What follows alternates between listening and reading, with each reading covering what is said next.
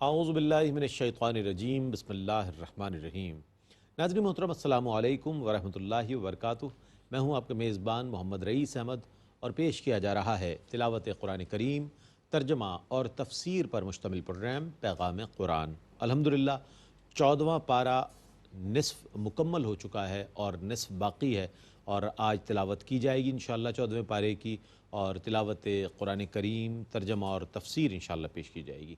تلاوت قرآن کریم کے لیے تشریف فرما ہے ممتاز و معروف قاری جناب قاری نعمان نعیمی۔ السلام علیکم ورحمۃ اللہ وبرکاتہ۔ وعلیکم السلام ورحمۃ اللہ وبرکاتہ۔ اور تفسیر کے لیے تشریف فرما ہے ممتاز و معروف عالم دین علامہ مفتی محمد عامر صاحب۔ السلام علیکم ورحمۃ اللہ وبرکاتہ۔ وعلیکم السلام ورحمۃ اللہ۔ ناظرین محترم، آئیے تلاوت قرآن کریم کا آغاز کیا جا رہا ہے۔ التماس گزار ہوں قاری نعمان نعیمی سے کہ قرآن کریم کی آیات بینات کی تلاوت فرمائیں۔ اعوذ باللہ من الشیطان الرجیم، بسم اللہ الرحمن الرحیم۔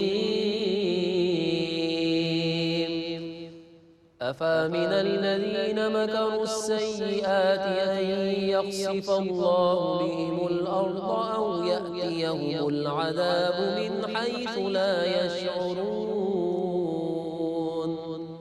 میں اللہ کی پناہ میں آتا ہوں شیطان مردود سے۔ اللہ ہی کے نام سے شروع کرتا ہوں جو نہایت رحم فرمانے والا بہت مہربان ہے۔ جو لوگ بری سازشیں کرتے ہیں کیا وہ اس بات سے بے خوف ہیں کہ اللہ انہیں زمین میں دھنسا دے یا ان پر وہاں سے عذاب لے آئے جہاں سے عذاب آنے کا انہیں وہم و گمان بھی نہ ہو۔ او یأخذہم فی تقلبہم فما ہم بمعجزین او یأخذہم علی تخوف فإن ربکم لرؤوف رحیم۔ یا ان کو چلتے پھرتے پکڑ لے سو وہ خدا کو عاجز نہیں کر سکتے، یا وہ ان کو عین حالت خوف میں پکڑ لے تو بے شک تمہارا رب بہت مہربان نہایت رحم فرمانے والا ہے۔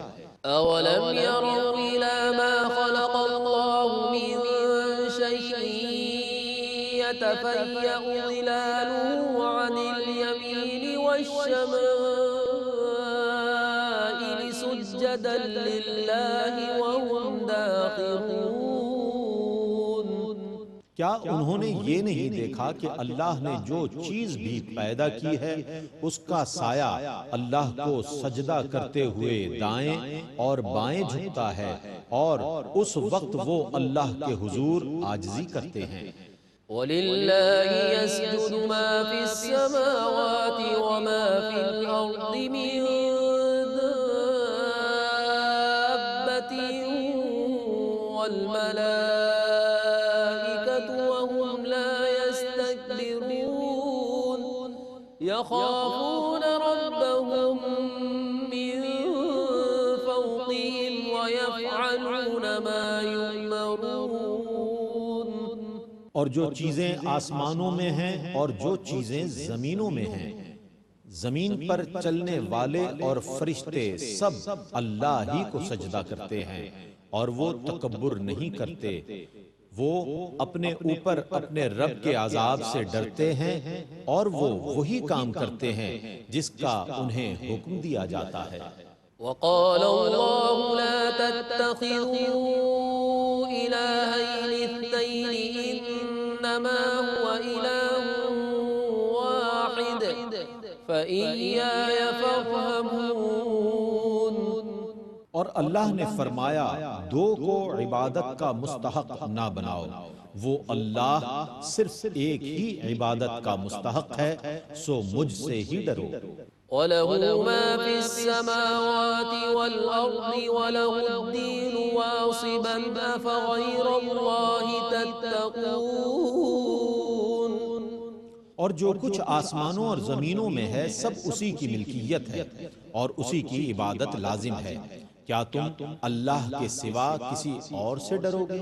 وَمَا بِكُم مِّن نِّعْمَةٍ فَمِنَ اللَّهِ ثُمَّ إِذَا مَسَّ مسكم الضر فإليه تجأرون ثم إذا كشف الضر عنكم إذا فريق منكم بربهم يشركون ليكفروا بما آتيناهم فتمتعوا فسوف تعلمون۔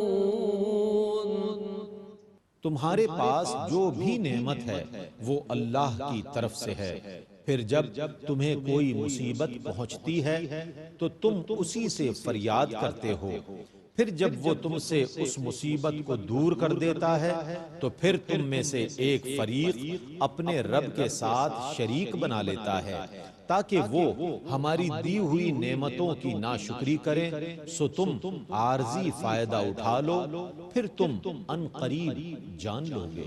وَيَجْعَلُونَ لِمَا لَا يَعْلَمُونَ نَصِيبًا مِّمَّا رَزَقْنَاهُمْ تَاللَّهِ لَتُسْأَلُنَّ عَمَّا كُنتُمْ تَفْتَرُونَ۔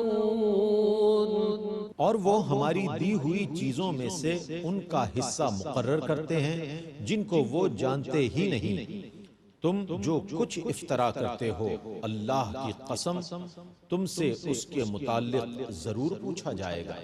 وَيَجْعَلُونَ لِلَّهِ الْبَنَاتِ سُبْحَانَهُ وَلَهُم مَّا يَشْتَهُونَ۔ اور وہ فرشتوں کو اللہ کی بیٹیاں قرار دیتے ہیں، اللہ اس سے پاک ہے، اور اپنے لیے وہ جس کو وہ پسند کرتے ہیں یعنی بیٹے۔ وَإِذَا بُشِّرَ أَحَدُهُم بِالْأُنثَىٰ ظَلَّ وَجْهُهُ مُسْوَدًّا وَهُوَ كَظِيمٌ۔ اور جب ان میں سے کسی کو بیٹی کی بشارت دی جاتی ہے تو اس کا منہ سارا دن سیاہ رہتا ہے اور وہ غمزدہ رہتا ہے۔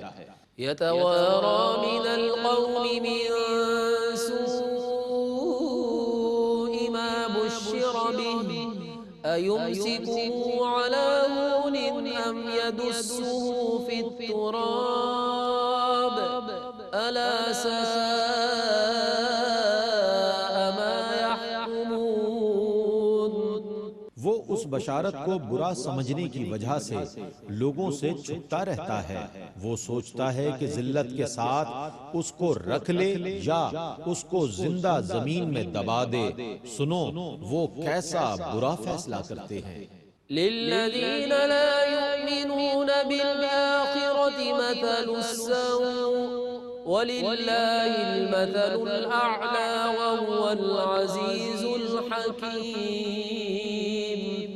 جو لوگ آخرت پر ایمان نہیں لائے انہی کی بری صفات ہیں، اور اللہ کی بہت بلند صفات ہیں، اور وہی بہت غلبے والا بڑی حکمت والا ہے۔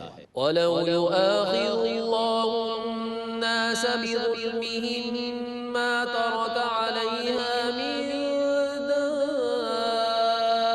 دَابَّةٍ وَلَٰكِن يُؤَخِّرُهُمْ إِلَىٰ أَجَلٍ مُّسَمًّى فَإِذَا جَاءَ أَجَلُهُمْ لَا يَسْتَأْخِرُونَ سَاعَةً وَلَا يَسْتَقْدِمُونَ۔ اور اگر اللہ لوگوں کے ظلم کی بنا پر ان کی گرفت فرماتا تو روئے زمین پر کسی جاندار کو نہ چھوڑتا، لیکن وہ ان کو معین مدت تک ڈھیل دیتا ہے، سو جب ان کا معین وقت آ جائے گا تو وہ نہ ایک لمحہ پیچھے ہو سکیں گے نہ ایک لمحہ آگے بڑھ سکیں گے۔ وَيَجْعَلُونَ لِلَّهِ مَا يَكْرَهُونَ وَتَصِفُ أَلْسِنَتُهُمُ الْكَذِبَ أَنَّ لَهُمُ الْحُسْنَىٰ لَا جَرَمَ أَنَّ لَهُمُ النَّارَ وَأَنَّهُم مُّفْرَطُونَ۔ اور وہ اللہ کے لیے ان چیزوں کو تجویز کرتے ہیں جن کو وہ خود اپنے لیے ناپسند کرتے ہیں، اور ان کی زبانیں جھوٹ کہتی ہیں کہ ان کے لیے بھلائی ہے، بے شک ان کے لیے دوزخ کی آگ ہے اور وہ اس میں سب سے پہلے بھیجے جائیں گے۔ تاللہ لقد ارسلنا الى من قبلك فزين لهم الشيطان أعمالهم فهو وليهم اليوم ولهم عذاب أليم۔ اللہ کی قسم، ہم نے آپ سے پہلے بھی کئی امتوں کی طرف رسول بھیجے، بس شیطان نے ان کے اعمال کو مزین کر دیا، سو آج وہی ان کا دوست ہے اور ان کے لیے دردناک عذاب ہے۔ وما أنزلنا عليك الكتاب إلا لتبين لهم الذي اختلفوا فيه وهدى ورحمة لقوم يؤمنون۔ اور ہم نے آپ پر یہ کتاب صرف اس لیے نازل کی ہے تاکہ آپ اس چیز کو صاف بیان کر دیں جس میں یہ اختلاف کرتے ہیں، اور یہ کتاب مومنوں کے لیے ہدایت اور رحمت ہے۔ والله أنزل من السماء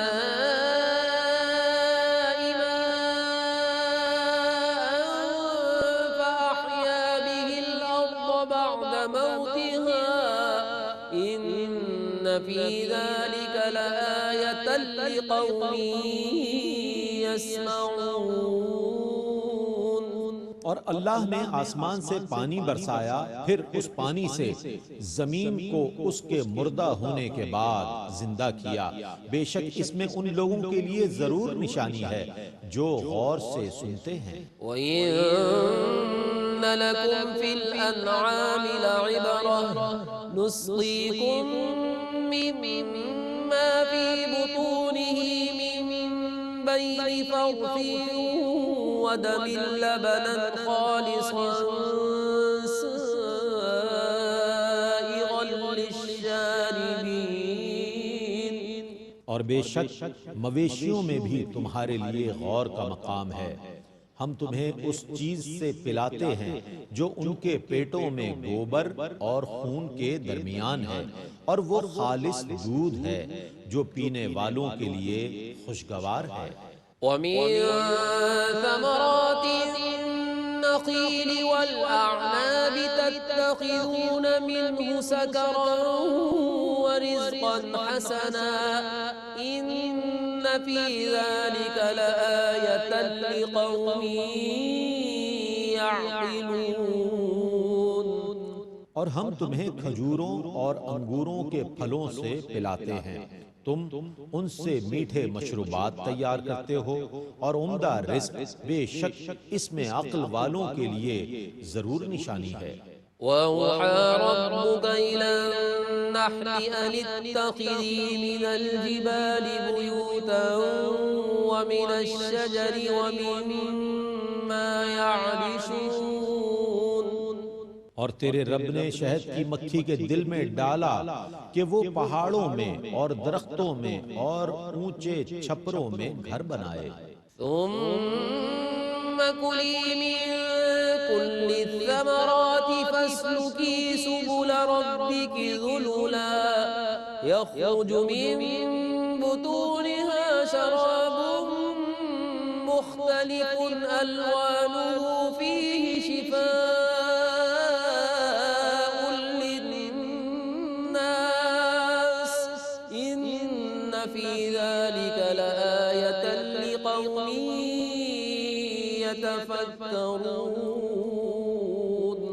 پھر تو ہر قسم کے پھلوں سے رس چوس، پھر اپنے رب کے بنائے ہوئے آسان راستوں پر چلتی رہ، ان کے پیٹوں سے رنگ برنگ کا مشروب نکلتا ہے، اس مشروب شہد میں لوگوں کے لیے شفا ہے، بے شک اس میں غور و فکر کرنے والوں کے لیے ضرور نشانی ہے۔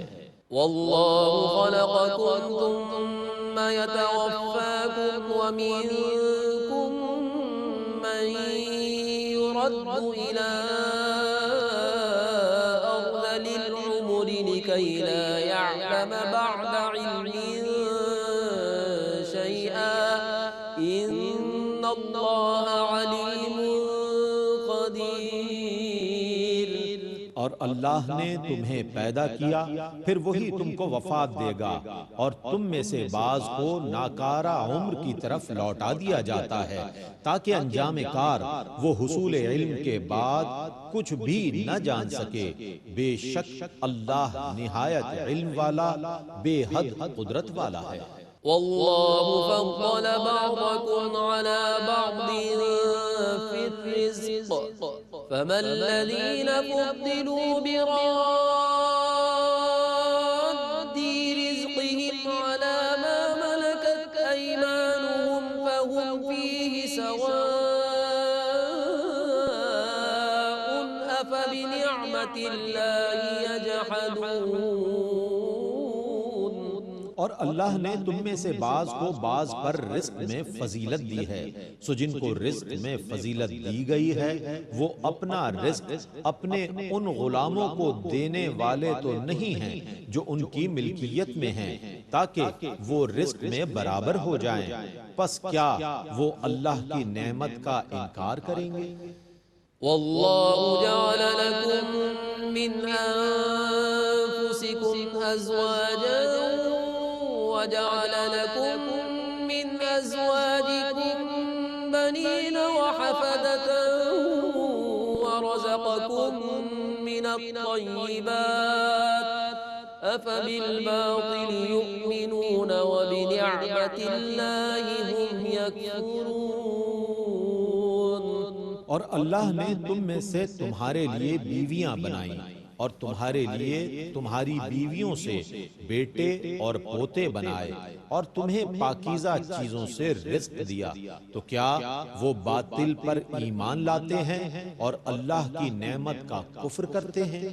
وَيَعْبُدُونَ مِن دُونِ اللَّهِ مَا لَا يَمْلِكُ لَهُمْ رِزْقًا مِّنَ السَّمَاوَاتِ وَالْأَرْضِ شَيْئًا وَلَا يَسْتَطِيعُونَ. اور وہ اللہ کے سوا ان چیزوں کی عبادت کرتے ہیں جو ان کے لیے آسمانوں اور زمینوں میں سے کسی بھی رزق کے مالک نہیں ہیں اور نہ کسی چیز کی طاقت رکھتے ہیں.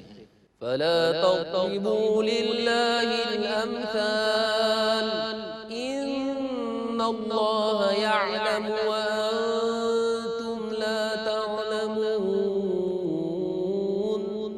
سو تم اللہ کے لیے مثالیں نہ گھڑو اور بے شک اللہ جانتا ہے اور تم نہیں جانتے.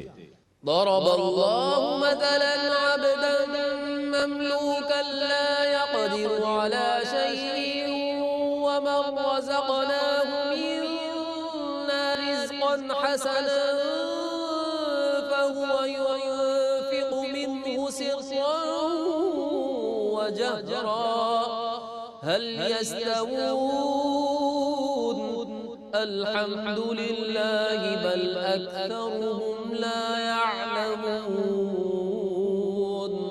اللہ ایک ایسے غلام کی مثال بیان فرماتا ہے جو کسی کی ملکیت میں ہے اور کسی چیز پر قادر نہیں ہے اور دوسرا ایسا شخص ہے جس کو ہم نے اپنی طرف سے عمدہ رزق عطا فرمایا ہے سو وہ اس میں سے پوشیدہ طور سے اور ظاہراً خرچ کرتا ہے. کیا یہ دونوں شخص برابر ہیں؟ تمام تعریفوں کا مستحق اللہ ہے بلکہ ان میں سے اکثر لوگ نہیں جانتے. وضرب الله مثلا رجلين أحدهما أبكم لا يقدر على شيء وهو كل على مولاه أينما يوجهه لا يأتي بخير هل يستوي هو ومن يأمر بالعدل وهو على صراط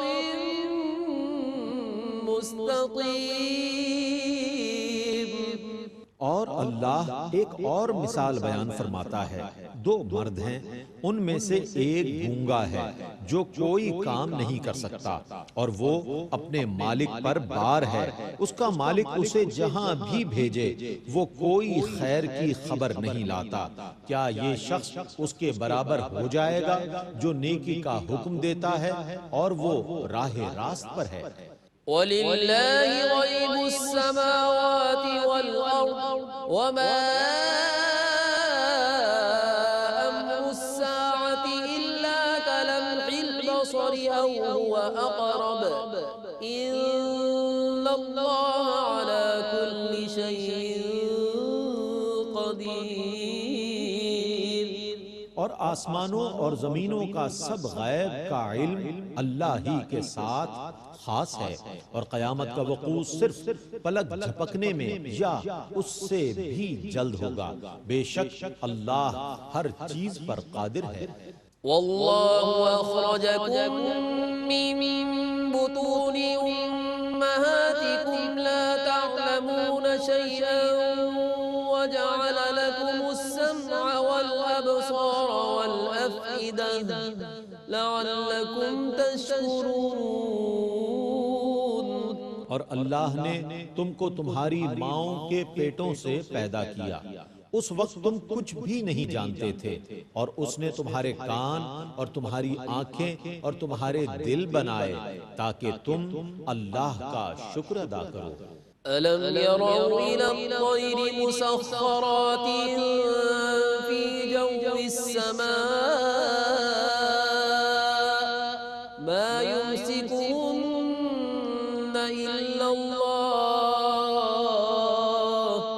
إِنَّ فِي ذَلِكَ لَآيَاتٍ لِقَوْمٍ يُؤْمِنُونَ۔ کیا ان لوگوں نے آسمان کی فضا میں پرندے نہیں دیکھے جو اللہ کے نظام کے تابع ہیں، انہیں اللہ کے سوا کوئی گرنے سے نہیں روکتا، بے شک اس میں ایمان لانے والوں کے لیے ضرور نشانیاں ہیں۔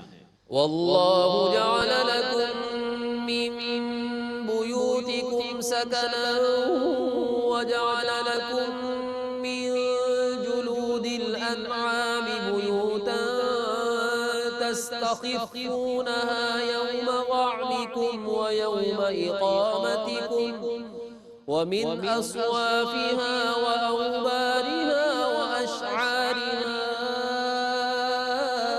أثاثا ومتاعا إلى حين۔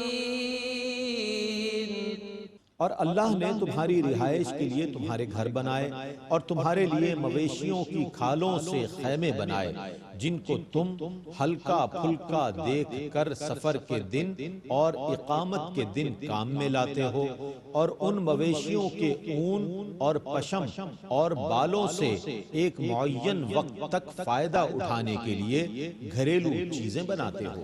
واللہ جعل لکم مما خلق ظلالا وجعل لكم من الجبال أكنانا وجعل لكم سرابيل تقيكم الحر وسرابيل تقيكم بأسكم كذلك يتم نعمته عليكم لعلكم تسلمون۔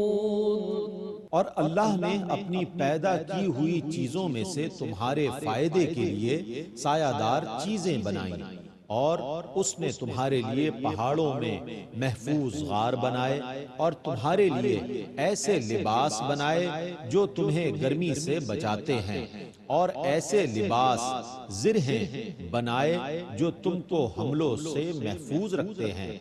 وہ تم پر اسی طرح اپنی نعمت پوری کرتا ہے تاکہ تم اس کی اطاعت کرو۔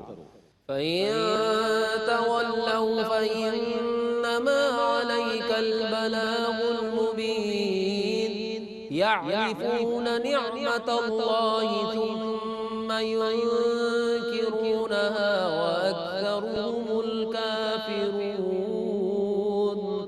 پھر اگر یہ روگردانی کریں تو آپ کا کام تو صرف وضاحت کے ساتھ اللہ کے احکام کو پہنچا دینا ہے۔ یہ لوگ اللہ کی نعمتوں کو پہچانتے ہیں، اس کے باوجود پھر ان کا انکار کرتے ہیں اور ان میں سے اکثر کافر ہیں۔ وَيَوْمَ نَبْعَثُ مِن كُلِّ أُمَّةٍ شَهِيدًا ثُمَّ لَا يُؤْذَنُ لِلَّذِينَ كَفَرُوا وَلَا هُمْ يُسْتَعْتَبُونَ۔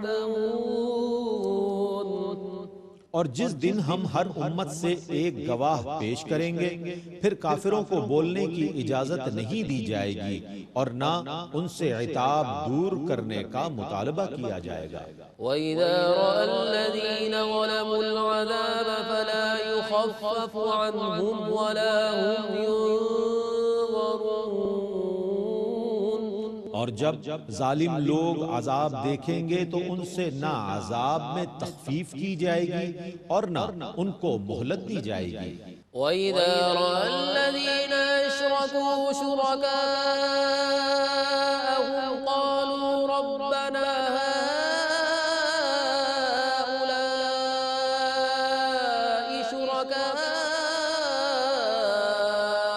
الَّذِينَ كُنَّا نَدْعُو مِن دُونِكَ فَأَلْقَوْا إِلَيْهِمُ الْقَوْلَ إِنَّكُمْ لَكَاذِبُونَ۔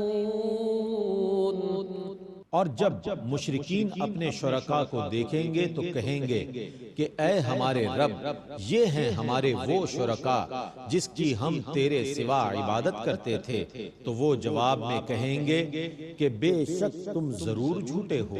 وَأَلْقَوْا إِلَى اللَّهِ يَوْمَئِذٍ السَّلَمَ وَضَلَّ عَنْهُمْ مَا كَانُوا يَفْتَرُونَ۔ الَّذِينَ كَفَرُوا وَصَدُّوا عَن سَبِيلِ اللَّهِ زِدْنَاهُمْ عَذَابًا فَوْقَ الْعَذَابِ بِمَا كَانُوا يُفْسِدُونَ۔ اور اس دن وہ اطاعت شعاری کرتے ہوئے اللہ کے سامنے گر جائیں گے، اور جو کچھ وہ بہتان باندھتے تھے وہ ان سے جاتے رہیں گے۔ جن لوگوں نے کفر کیا اور لوگوں کو اللہ کے راستے سے روکا، ہم ان کے عذاب پر مزید عذاب بڑھا دیں گے کیونکہ وہ فساد کرتے تھے۔ وَيَوْمَ نَبْعَثُ فِي كُلِّ أُمَّةٍ شَهِيدًا عَلَيْهِمْ مِنْ أَنفُسِهِمْ وَجِئْنَا بِكَ شَهِيدًا عَلَى هَؤُلَاءِ وَنَزَّلْنَا عَلَيْكَ الْكِتَابَ تِبْيَانًا لِكُلِّ شَيْءٍ وَهُدًى وَرَحْمَةً وَبُشْرَى لِلْمُسْلِمِينَ۔ اور جس دن ہم ہر امت کے خلاف انہی میں سے ایک گواہ پیش کریں گے، اور اے رسول مکرم، ہم ان سب پر آپ کو گواہ بنا کر پیش کریں گے، اور ہم نے آپ پر ایسی کتاب نازل کی ہے جس میں ہر چیز کا روشن بیان ہے، اور وہ مسلمانوں کے لیے ہدایت، رحمت اور بشارت ہے۔ تلاوت قرآن کریم اور ترجمہ پیش کیا گیا۔ آئیے ان آیات کو سمجھنے کے لیے، ان کی تفسیر کے لیے اور ان کی تفہیم کے لیے بڑھتے ہیں تفسیر قرآن کی جانب۔ میں ملتمس ہوں حضرت علامہ مفتی محمد عامر صاحب سے کہ ان آیات بینات کی تفسیر فرمائیں۔ بسم اللہ۔ اعوذ باللہ من الشیطان الرجیم، بسم اللہ الرحمن الرحیم۔ انما هو الہ واحد وإیای فارہبون۔ سوائے اس کے نہیں کہ تمہارا الہ ایک ہے، تمہارا رب ایک ہے، تمہارا معبود ایک ہے، سو تم اسی سے ڈرو۔ اللہ تبارک و تعالیٰ نے یہ فرمایا کہ اسی سے ڈرا جاتا ہے جو تمہارا رب ہو، جو تمہارا خالق ہو، اور وہ چونکہ ایک ہے اس لیے انسانوں کو ہر ایک سے نہیں بلکہ صرف ایک سے ڈرنا چاہیے۔ ہر ایک سے ڈرنا جو ہے وہ عقل مندی نہیں ہے، بلکہ اللہ تبارک و تعالیٰ ہی خالق ہے، سو اسی سے ڈرنا چاہیے۔ اور پھر اللہ تبارک و تعالیٰ نے اس کے لیے دلائل اور موٹیویشن فرمائی۔ وَلَهُ مَا فِي السَّمَاوَاتِ وَالْأَرْضِ، اسی کا ہے زمین و آسمان میں جو کچھ بھی ہے۔ وَلَهُ الدِّينُ وَاسِبًا، اور اس کا دین قائم و دائم ہے۔ بے شک یہاں پر دین کو قائم اور دائم ہونے سے مراد دو طرح کی لی جاتی ہیں کہ زمین و آسمان جب اس کا ہے تو اس کے اندر دین یعنی سسٹم بھی اسی کا ہے، بے شک بے شک اس کائنات کے اندر نظام بھی اسی کا ہے۔ تو اللہ رب العزت نے فرمایا کہ جب اس کائنات کے اندر نظام اس کا چل رہا ہے پورے زمین اور آسمان کے اندر، تو یہ کیسا ہو سکتا ہے کہ جو نظام اس نے انسانوں کے لیے دیا ہے وہ قائم اور دائم نہ رہے؟ تو لہٰذا اس آیت سے مراد یہ بھی لی گئی ہے کہ جس طرح کائنات کے اندر جو ہے اللہ رب العزت کا سسٹم جو ہے وہ قائم اور دائم ہے، اسی طرح اس زمین پر اللہ رب العزت کا دین قائم اور دائم ہے۔ وَلَهُ الدِّينُ وَاسِبًا، پھر فرمایا أَفَغَيْرَ اللَّهِ تَتَّقُونَ، کیا تم اللہ کے سوا کسی اور سے ڈرتے ہو، کسی اور کا خوف رکھتے ہو؟ وَمَا بِكُم مِّن نِعْمَةٍ فَمِنَ اللَّهِ، تمہیں تو جو نعمت بھی ملتی ہے وہ تو اللہ کی جانب سے ملتی ہے، نعمتیں اس کی کھاتے ہو اور شکریہ کسی اور کا ادا کرتے ہو، مہربانیاں اس کی ہیں تم پر اور ڈرتے کسی اور سے ہو، یہ تو کوئی لوجک نہ ہوئی۔ اللہ نے فرمایا وَمَا بِكُم مِّن نِعْمَةٍ فَمِنَ اللَّهِ، کہ جو نعمت بھی انسانوں پر اتری ہے، دنیاوی ہو کہ اخروی ہو، مادی ہو کہ روحانی ہو، جسمانی ہو کہ ذہنی ہو، ہر نعمت بندے پر اللہ کی طرف سے اترتی ہے۔ تو جب ساری نعمتیں دینے والا وہ ہے تو پھر شکر بھی اسی کا ادا کرنا چاہیے، قدر بھی اسی کی کرنی چاہیے، عبادت و بندگی اور اطاعت و فرما برداری بھی اسی کی کرنی چاہیے۔ پھر اس کے بعد اللہ رب العزت نے ایک انسان کی نفسیات کا ذکر کیا کہ انسان کی سوچ کیسے ہے۔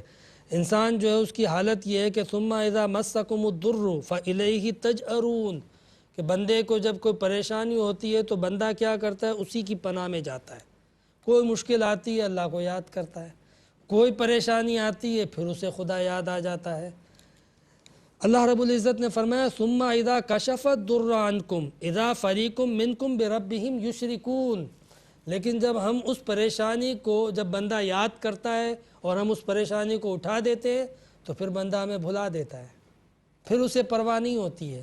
تو یہ بندوں کی نفسیات ہے، اور ایسا بھی ہوا ہے کہ بندہ جو ہے وہ مشکل میں تو خدا کو یاد کرتا ہے اور جب مشکل ٹل جاتی ہے تو اپنے دوسرے معبودوں کو یاد کرتا ہے اور ان کے چڑھاوے چڑھاتا ہے، ان کے لیے حصے نکالتا ہے، باطل معبودوں کے لیے۔ تو اللہ رب العزت نے اس کا ذکر کیا کہ اذا فریق منکم بربہم یشرکون، کہ ان میں سے ایک فریق ایسا ہے کہ جب ان سے مصیبت ٹلتی ہے تو پھر شرک کرتا ہے، کوئی آفت، کوئی قحط، کوئی مصیبت نازل ہوتی ہے خدا کو یاد کرتا ہے، مصیبت جہاں ٹلی تو پھر وہ اپنے دھندے پہ لگ جاتا ہے، انہی فاسقانہ، فاجرانہ اور مشرکانہ کاموں میں۔ پھر مشرکین کا تذکرہ کرتے ہوئے اللہ رب العزت نے ان کی ایک سوچ پر بڑی کڑی تنقید فرمائی۔ وہ کیا کرتے تھے؟ مشرکین کہتے تھے کہ فرشتے اللہ تعالیٰ کی بیٹیاں ہیں، وَيَجْعَلُونَ لِلَّهِ بَنَاتِ، فرشتوں کو انہوں نے بیٹیاں کہا تو اللہ تعالیٰ نے کہا کہ یہ اللہ تعالیٰ کے لیے بیٹیاں ثابت کرتے ہیں یہ لوگ۔ اللہ رب العزت نے پہلے تو عقیدے کی بات کی، سبحانہ وَلَهُمْ يَشْتَهُونَ، اللہ تبارک و تعالیٰ جو ہے وہ تو پاک ہے، اللہ تبارک و تعالیٰ بیٹوں سے بھی پاک ہے، بیٹیوں سے بھی پاک ہے، مگر یہ کافر جو اللہ تبارک و تعالیٰ کے لیے بیٹیاں ثابت کرتے ہیں، یہ جو اپنی طرف سے اللہ تبارک و تعالیٰ کی بیٹیاں فرشتوں کو قرار دیتے ہیں، اگر یہ خدا کو مانتے ہیں اور ان کی نظر میں خدا کی احمد کسی سطح پر بھی ہے، کچھ بھی بہتر ہے کسی سطح پر بھی، تو کم از کم یہ اپنے لیے جو پسند کرتے ہیں وہی خدا کے لیے پسند کرتے۔ تو اس کا مطلب یہ ہوا کہ حقیقت میں یہ خدا کو مانتے ہی نہیں ہیں، بس دعوے ہیں اور ظاہراً وہ کہتے ہیں کہ نہیں ہم خدا کو مانتے ہیں۔ یہ انہی بتوں کو مانتے ہیں جن کے چڑھاوے چڑھاتے ہیں، جن کی عبادت کرتے ہیں، جن کی پوجا کرتے ہیں، جن کا کاروبار کرتے ہیں، یہ خدا کو نہیں مانتے ہیں۔ اگر خدا کو مانتے ہوتے اور کسی سطح پر بھی اپنے آپ سے خدا کو بہتر سمجھتے تو کم سے کم جو ہے وہ اپنے لیے جو پسند کرتے ہیں وہ خدا کے لیے بھی پسند کرتے، اپنے لیے تو یہ بیٹیاں پسند نہیں کرتے ہیں۔ قرآن خود کہہ رہا ہے کہ جب انہیں بیٹی کی خوشخبری دی جاتی ہے تو اس دن ان کا چہرہ کالا پڑ جاتا ہے، وہ پورا دن غصے میں گزرتا ہے، یعنی بیٹی سے اتنی نفرت، اپنے لیے وہ بیٹا پسند کرتے تھے اور بیٹی سے جب نفرت کرتے تھے تو اللہ کے لیے کیوں بیٹیاں؟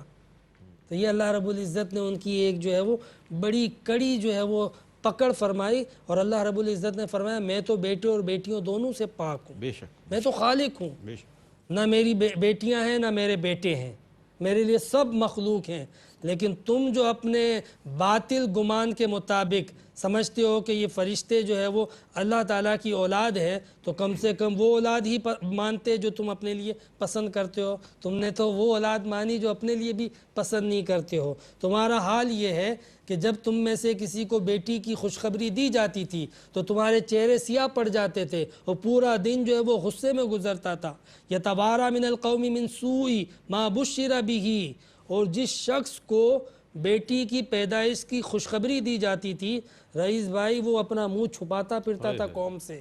یہ قرآن بتا رہا ہے، یعنی یہ باقاعدہ ایسا ہوتا تھا کہ وہ اپنا چہرہ لوگوں سے چھپاتا تھا۔ اور کیوں چھپاتا تھا؟ ایمسکہ علی ہون ام یدسہ فی التراب، کہ میں یا تو اب ذلت کے ساتھ اس کو پالوں اور اس سوسائٹی میں، اس کالونی میں ذلیل بن کے رہوں، یا پھر اس کو مٹی کے اندر دفن کر دوں۔ یعنی جس کے گھر پیدائش ہوتی تھی بیٹی کی، اس کے پاس صرف دو چوائس ہوتی تھی۔ نمبر ایک یہ کہ وہ ذلیل بن جائے اس معاشرے میں، بے شرم بن جائے، لوگ اس کو تانے دے کہ بیٹی کا باپ ہے، بیٹی کا باپ ہے، یا پھر یہ کہ وہ اس کو زمین میں دفن کر دے۔ اس کے علاوہ کوئی چوائس نہیں تھی۔ قربان جائیے قرآن کی عظمت پر کہ قرآن نے ایک نئی چوائس پیش کی، ایک نیا تصور پیش کیا، اور یہ قرآن نے پیش کیا۔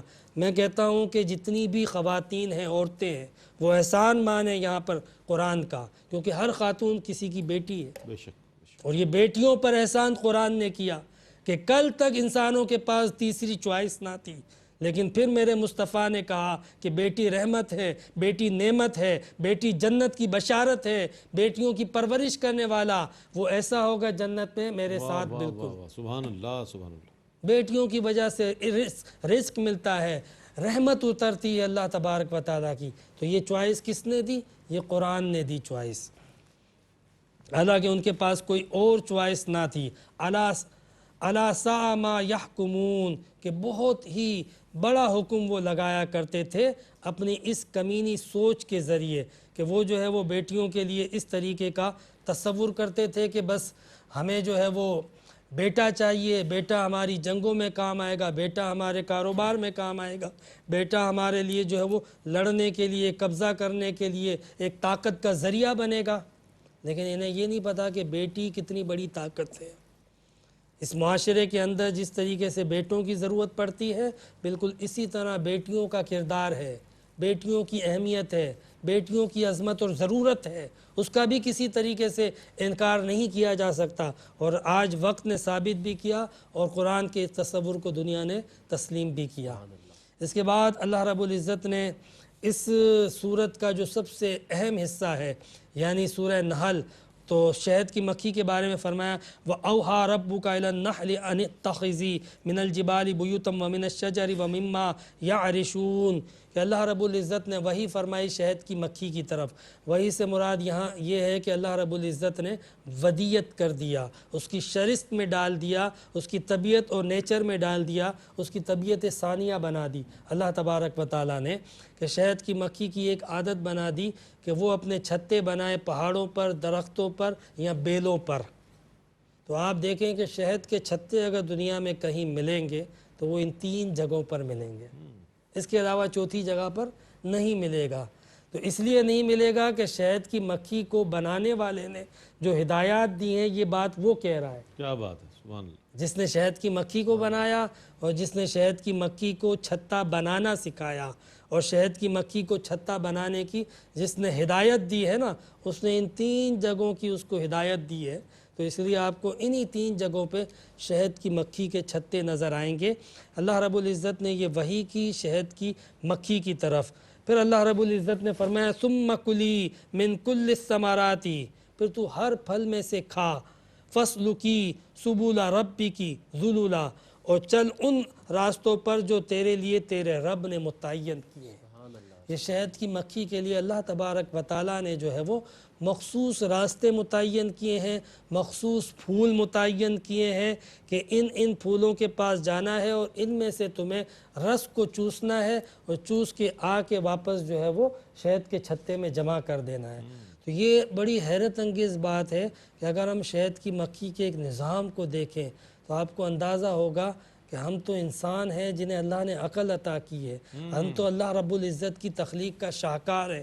جب ایک مکھی کو اللہ تبارک و تعالیٰ نے اتنی اجتماعی زندگی، اتنی تمدنی زندگی بسر کرنے کا شعور عطا کر دیا، جس طرح وہ اپنے اندر ایک ٹریننگ سینٹر قائم کرتی ہیں، ان کے اندر ایک ملکہ مکھی ہوتی ہے، ایک باقاعدہ اس کی ہدایت پر سب کو جو ہے وہ چلنا پڑتا ہے، پھر ایک گھر بنایا جاتا ہے اور گھر کے اندر جو ان کی کاریگری ہوتی ہے، مطلب آج کے دور کا کوئی ماہر آرکیٹیکٹ بھی اس ٹیکنالوجی کو جو ہے وہ نہیں لا سکتا۔ مسدس گھر ہوتا ہے، آپ نے دیکھا ہوگا 6 دیواریں ہوتی ہیں، آپ کو مطلب 6 دیوار والا کوئی جو کھانا ہے وہ کہاں ملتا ہے؟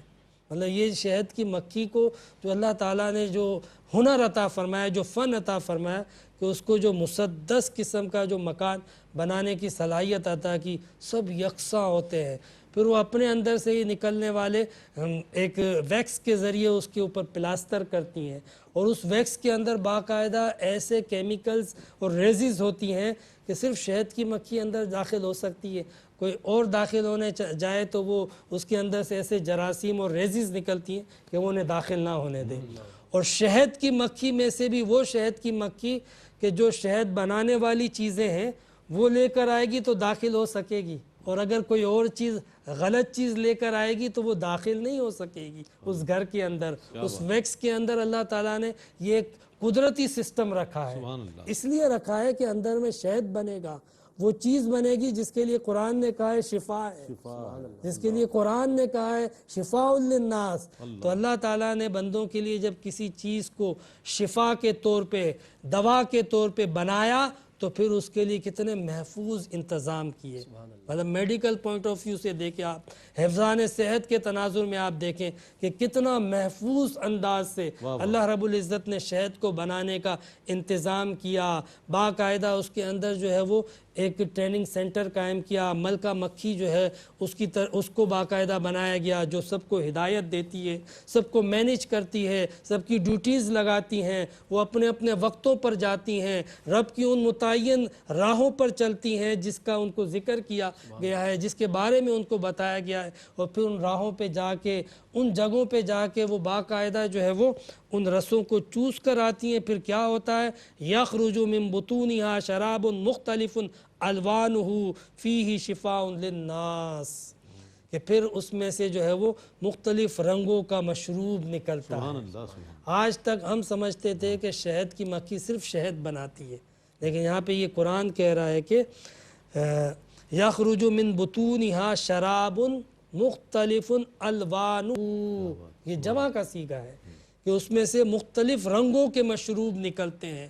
آج جب تحقیق کی تو سائنسدانوں نے وہ 6 قسم کے مشروب جو ہے وہ چھتے میں سے نکالے، ایک نہیں، شہد ایک ہے، بی وینم ہوتا ہے، پولن ہوتا ہے، ویکس ہوتا ہے، اس طرح کئی چیزیں ہیں جو ٹوٹل 6 بنتی ہیں، جن کے کلر الگ الگ ہوتے ہیں، جن کی رنگت بھی جدا ہوتی ہے، جن کے ذائقے بھی جدا ہوتے ہیں، اور جن کے استعمال کے مقاصد اور مفادات بھی جدا ہوتے ہیں۔ تو یہ اللہ رب العزت نے قرآن حکیم کے اندر ان جدا جدا چیزوں کو جو ایک جگہ جمع ہو رہی تھی قرآن پاک میں بیان کیا، تو اس سے پتہ چلا کہ واقعی اللہ کا کلام ہے اور حق ہے۔ یہ اللہ کی کلام کی حقانیت و صداقت کا اعلان ہے کہ قرآن کن سچائیوں کو اور کائنات کے اندر موجود کن حقائق و لطائف کو اور کن رازوں کو آشکار کر رہا ہے کہ انسان نہ صرف ان تک پہنچے، ان کو مسخر کرے، ان کو سمجھے، بلکہ ان سے باقاعدہ فائدہ اٹھائے۔ سبحان اللہ۔ تو اس قرآن کو اگر ہم پڑھیں تو نہ صرف یہ کہ ہمیں دنیا میں کامیابی، ہدایت، شفا ملے گی، بلکہ روحانی علاج بھی ہوگا اور دل کے لیے بھی شفا کا سامان اس قرآن کے اندر موجود ہے۔ کاش کہ اس قرآن سے ہماری وابستگی ہو جائے۔ بآخر دعوانا ان الحمد للہ رب العالمین۔ بہت شکریہ مفتی صاحب، بہت خوبصورت انداز میں مفتی صاحب تفسیر بیان فرما رہے تھے، اور اس دعا پر ہم بھی آمین کہیں گے کہ جو دعا فرمائی مفتی صاحب نے کہ اللہ تعالیٰ قرآن کریم سے ہمیں وابستہ فرما دے اور ایسا وابستہ فرما دے کہ اس کے تمام احکام پر عمل کرنے کی ہمیں توفیق عطا فرمائے۔ اللہ تعالیٰ سے دعا ہے کہ ARYQTV کے اس اہتمام کو، اس انتظام کو قبول فرمائے اپنی بارگاہ میں، قرآن کریم کا فیضان اور عرفان ہمیں اور آپ کو، ہم سب کو نصیب فرمائے، اسلام پر زندگی عطا فرمائے، ایمان پر موت، اور بروز حشر نبی کریم علیہ السلام کی شفاعت عظمیٰ سے بہرہ مند فرمائے۔ اس کے ساتھ ہی اپنے میزبان محمد رئیس احمد کو اجازت دیجیے۔ اللہ حافظ۔